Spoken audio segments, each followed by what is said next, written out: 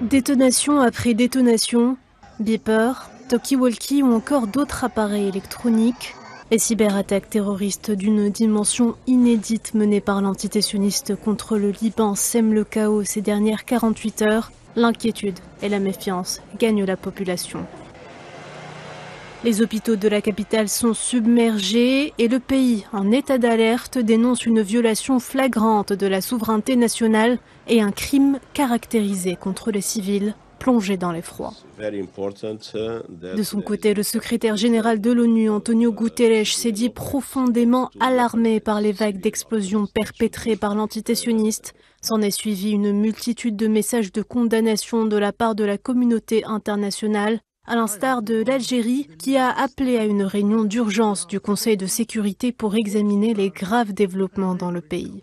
Ce jeudi, le chef du Hezbollah, Hassan Nasrallah, s'est finalement exprimé, indiquant, je cite, qu'Israël avait franchi toutes les lignes rouges.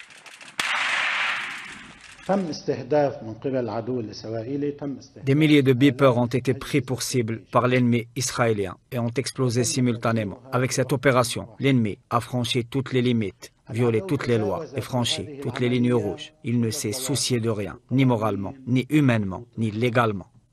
Il ne fait aucun doute que l'agression qui a eu lieu est majeure. Et comme je l'ai dit dans mon discours, elle est sans précédent et fera l'objet d'un terrible châtiment et d'une juste riposte et rétribution, là où l'ennemi s'y attend et là où il ne s'y attend pas.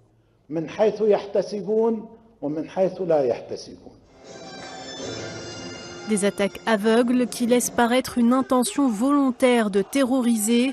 Selon certains experts, cette opération est le prélude à une invasion sioniste et à une agression à grande échelle du Liban. Les forces d'occupation ont annoncé avoir opéré des manœuvres de troupes depuis la bande de Raza vers le nord, en direction de la ligne de front avec le Liban, une zone qui connaît des combats quotidiens depuis presque un an. La résistance libanaise assure tout de même que le front de soutien avec Raza continuera, malgré les agressions sionistes ayant dépassé toutes les règles et violé toutes les conventions. Force est de constater que la situation au Proche et Moyen-Orient avance sur des charbons ardents et n'a jamais été autant au bord de l'embrasement.